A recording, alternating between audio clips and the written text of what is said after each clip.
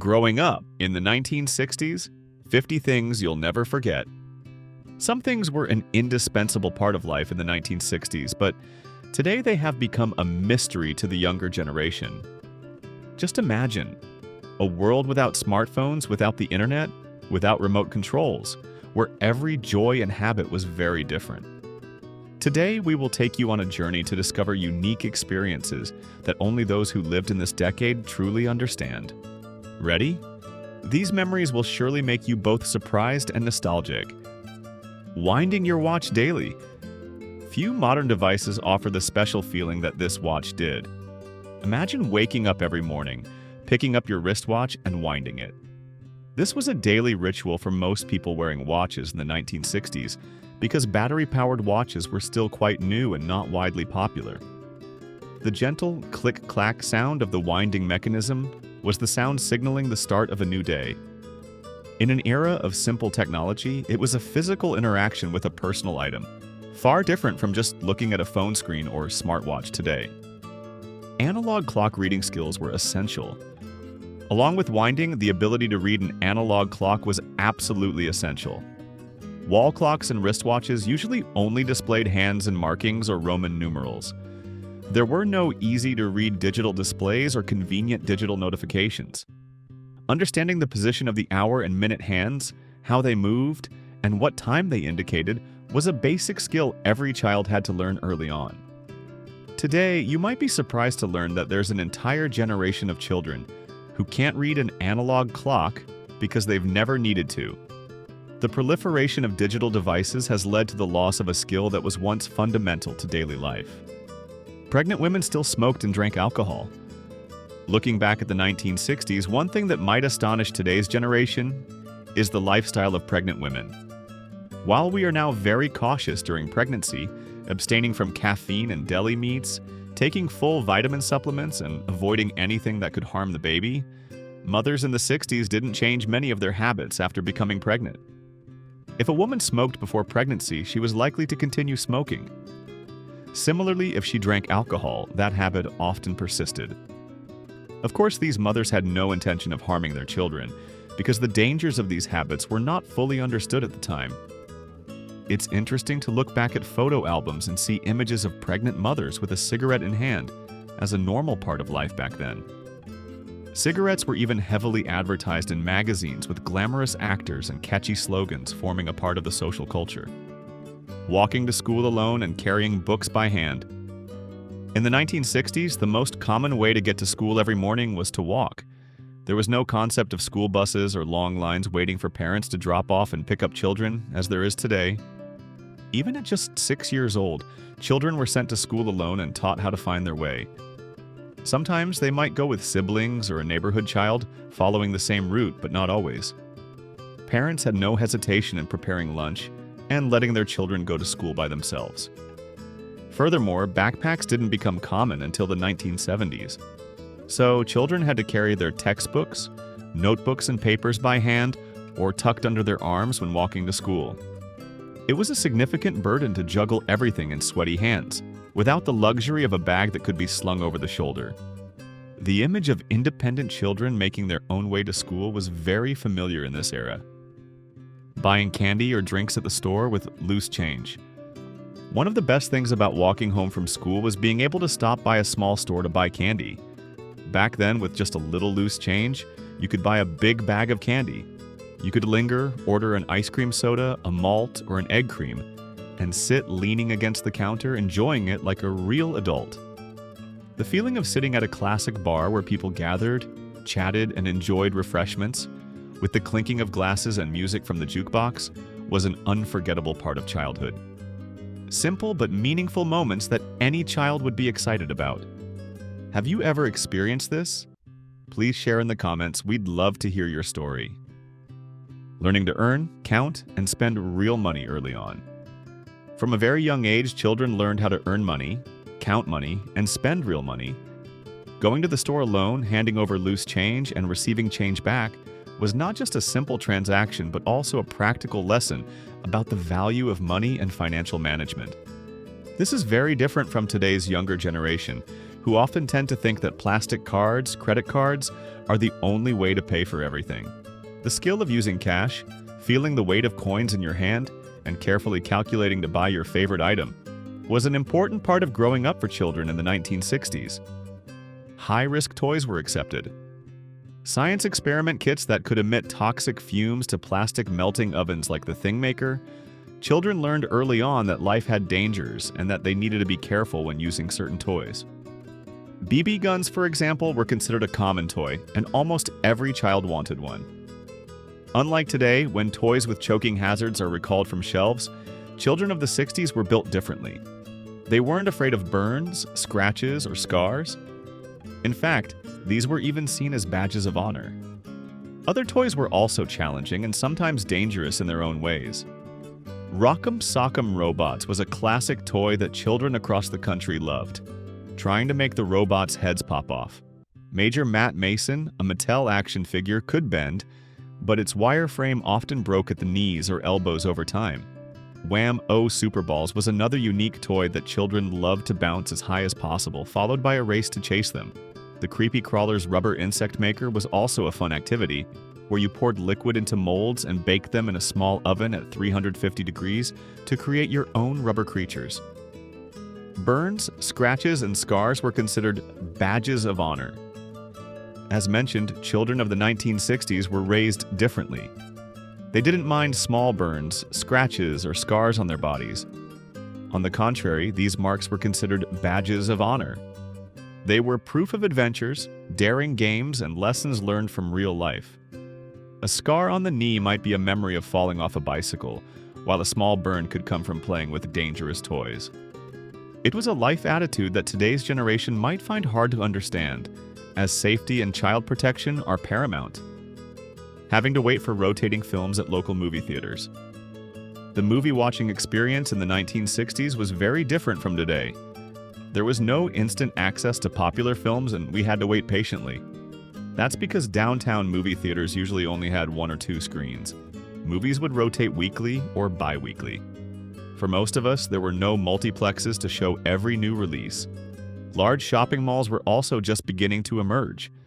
This created a special sense of anticipation and excitement when a new movie came out, as it was the only chance to see it for a certain period. This experience is completely different from instantly accessing any movie on online platforms today.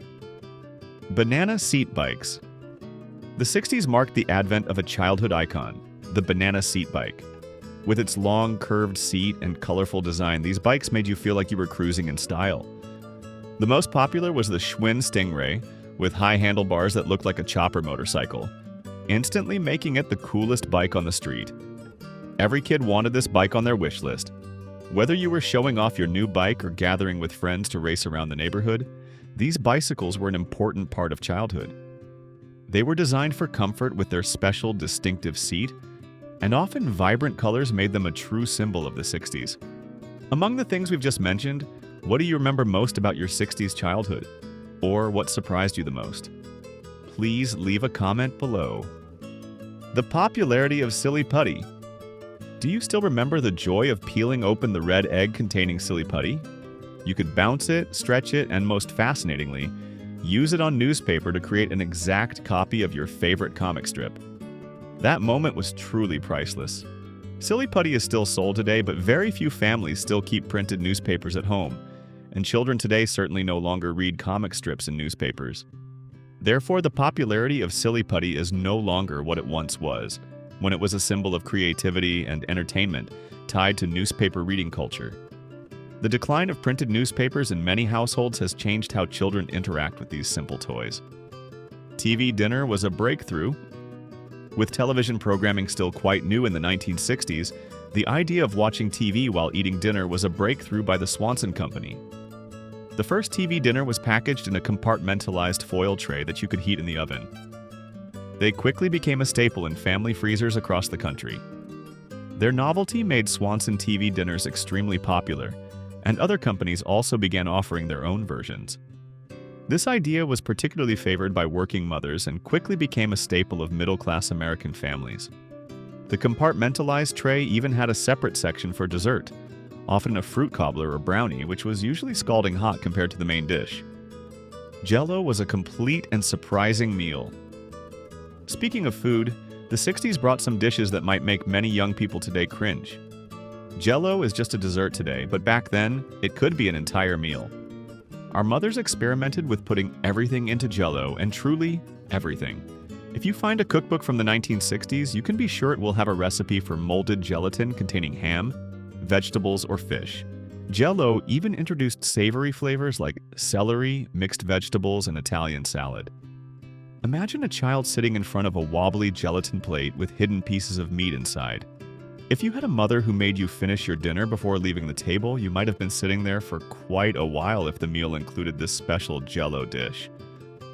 Western movies were everything to a boy. If you grew up in the 1960s, Western movies were everything to a boy. John Wayne was the star in movies. Shows like Gunsmoke and Bonanza were what you watched on TV. Bonanza was also the first Western to be broadcast in color, so it was exciting to find someone in the neighborhood who had a color TV to watch it. If you weren't watching Bonanza, you'd be outdoors with your cowboy hat or coonskin hat and a cap gun strapped to your side. I'm not sure when I last saw a child playing outside with a cap gun, but in the 1960s, all of us did. These toy guns made a pop sound and even produced smoke when fired, adding realism to any outdoor shootout. First job with a salary of $1 to $1.50 per hour. Getting your first job in the 1960s meant you were paid a pretty substantial wage from $1 to $1.50 per hour. This was still a big achievement and meant you could earn a significant amount of pocket money, more than the loose change collected from returning cans and bottles. For teenagers at that time, a minimum wage job was not just about earning money, but also taught them how to be a good employee.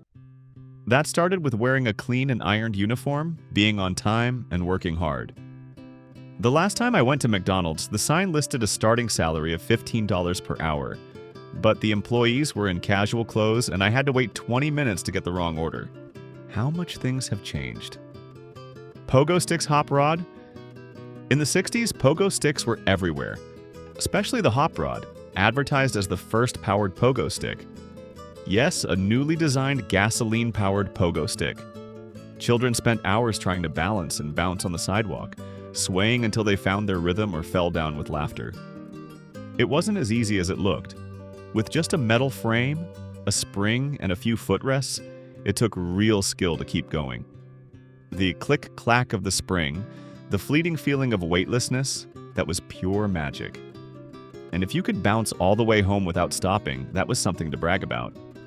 A scraped knee here and there was just part of the experience. No one worried too much about it back then. Ant farms. Ant farms were a popular way for children to get close to nature. You would sit for hours watching the ants build tunnels, carry food, and work together like a small army. Kids were incredibly excited to observe them and watch daily to see the ant colony grow. You would tap on the glass to try to make them move or wonder how they knew their way. It was one of those simple yet captivating ways to learn about life, teamwork, and patience. And honestly, having a small ant colony living right in your room was pretty cool. Fizzies, carbonated drink tablets. Fizzies were the 60s version of instant fun. These small tablets could turn a glass of water into a carbonated, bubbly drink in seconds. You just dropped a tablet into a glass of water, watched it fizz, and then enjoyed a sweet, fizzy drink without needing to open a soda can. It wasn't just about the flavor, but the whole process that made it exciting. With so many flavors to choose from, Fizzies became a favorite way to cool off in the summer or make any occasion a little more special. For many kids, it was like making their own soda right in their kitchen. Shared party line telephones with neighbors. Before private phone lines existed, having a phone line was a big deal. Many families shared lines with neighbors, which meant you could pick up the phone and accidentally overhear someone else's conversation, whether you wanted to or not. And honestly, sometimes we had a little fun with that. But once you got your own private line, it was truly a game changer.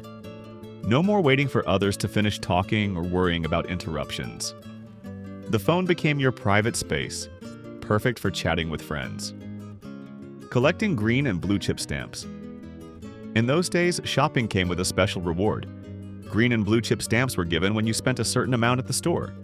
We would collect them in small booklets, and when we had enough, we could redeem them for all sorts of items, from kitchenware to toys. It was like a little treasure hunt. Every trip to the store brought us closer to a new item, and we loved flipping through the catalogs to pick out what we would get. For many families, those stamps were a fun little bonus every time we shopped. Metal can openers, church keys. Opening a soda can meant using a metal can opener. These openers had a sharp pointed end on one side and a flat edge on the other, about 4 to 5 inches long. They were often given away by soda and beer companies with their logos etched into the metal. Back then, it wasn't as simple as pulling a pop-top tab. You had to twist the opener into the can and pry it open.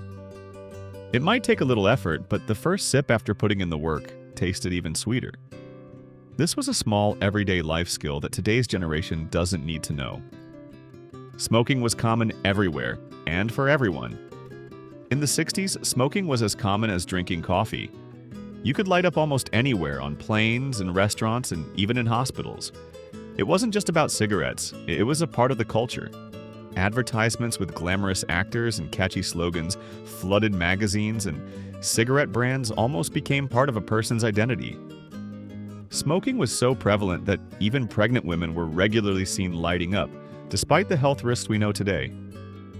Whether you were relaxing with friends or taking a break at work, cigarettes were everywhere, and for many, it seemed they always would be. Huge ashtrays filled with cigarette butts were a familiar sight in every room of every home. The console TV was the center of the living room. The television was the center of every living room, and in the 60s, it wasn't just any TV, it was a console TV. These bulky TVs with wooden frames often took up an entire wall and were designed as stylish furniture as well as technology. Sound came from large built-in speakers, and you had to adjust the rabbit ears to get the best picture.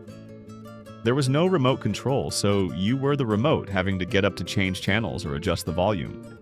But even with those extra efforts, it was a magical time to watch TV, with the whole family gathering together to watch the latest episode of their favorite show. Do you remember the first color TV show you ever watched? The Jetsons on ABC? Although it only lasted 24 episodes, it made children wonder what the future would be like. Going to the drive-in theater. Nothing captures the essence of a night out quite like a trip to the drive-in theater.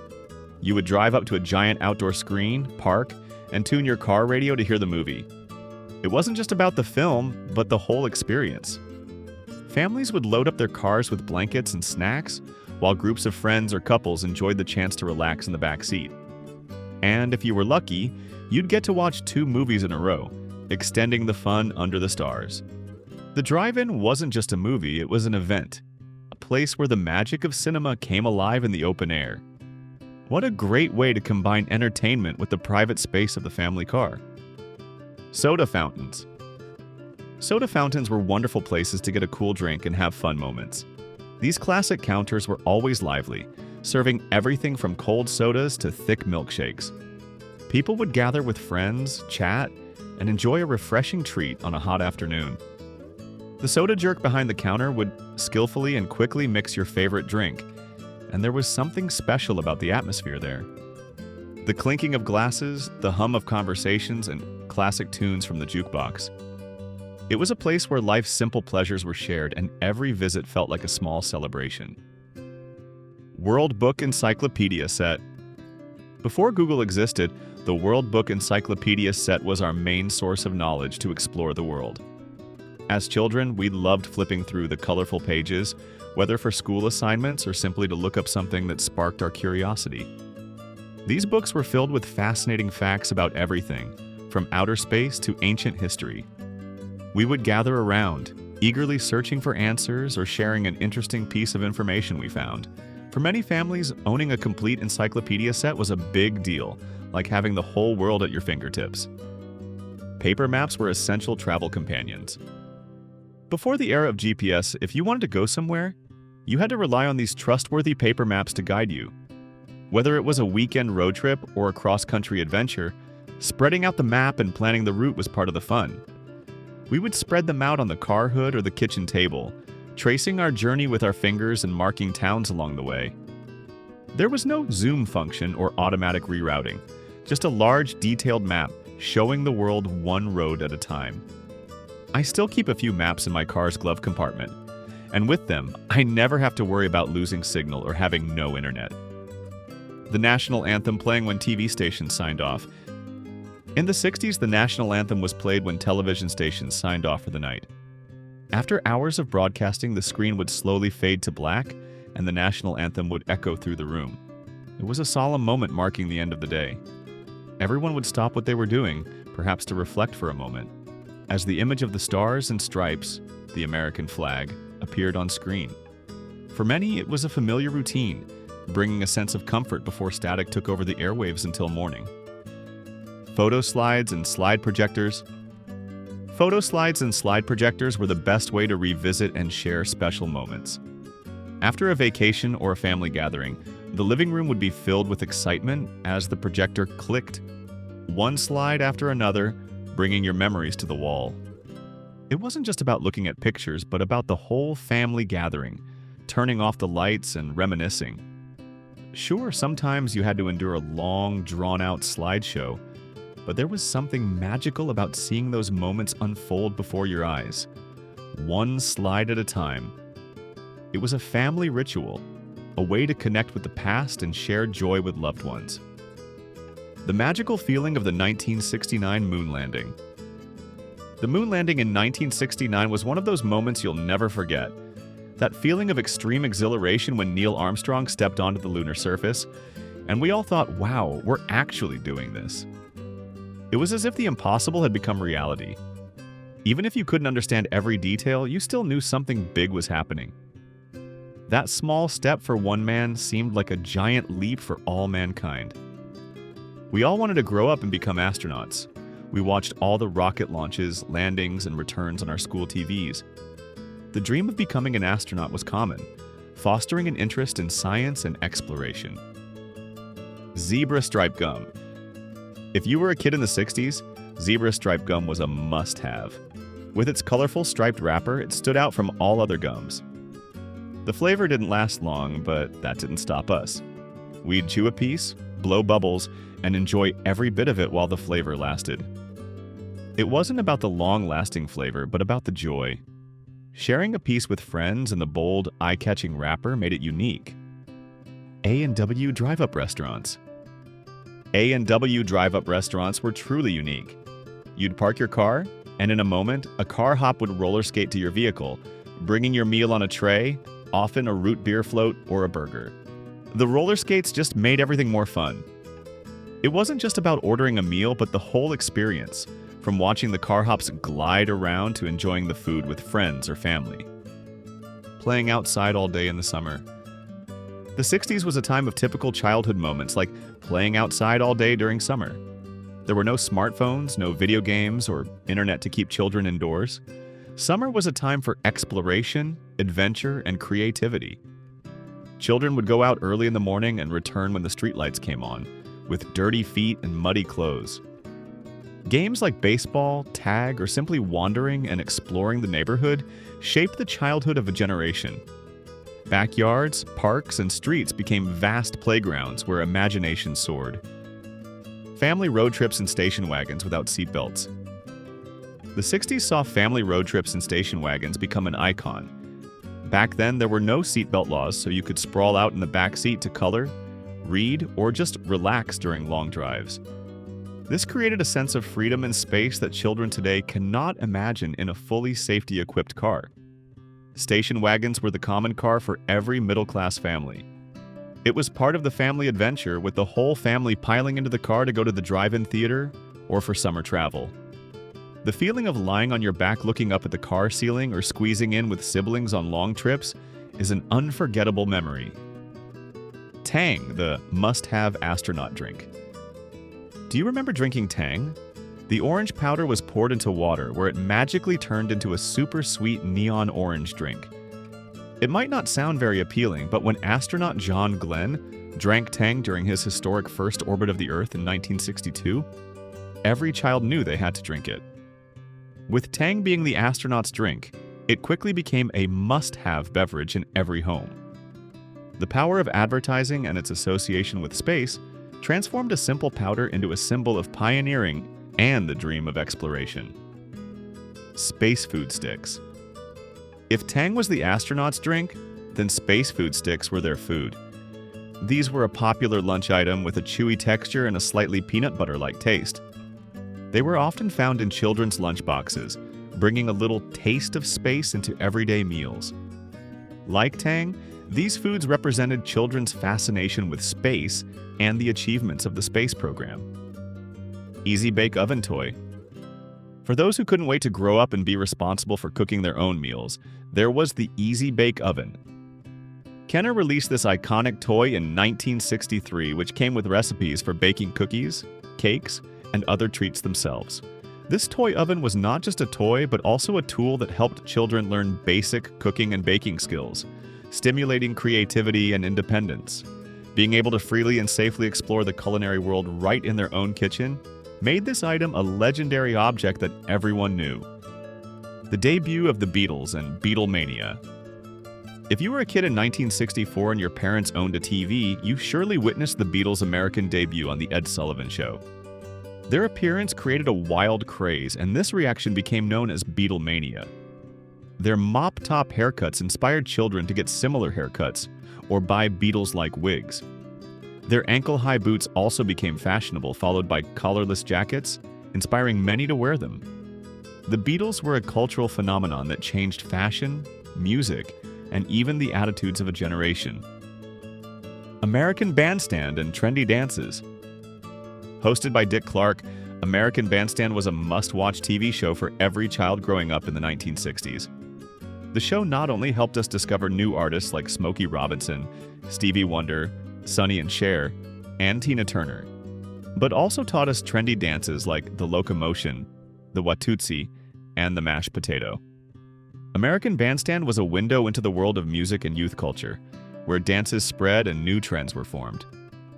You could learn to express yourself through music and movement, becoming part of a growing cultural movement. Bomb shelters and duck and cover drills.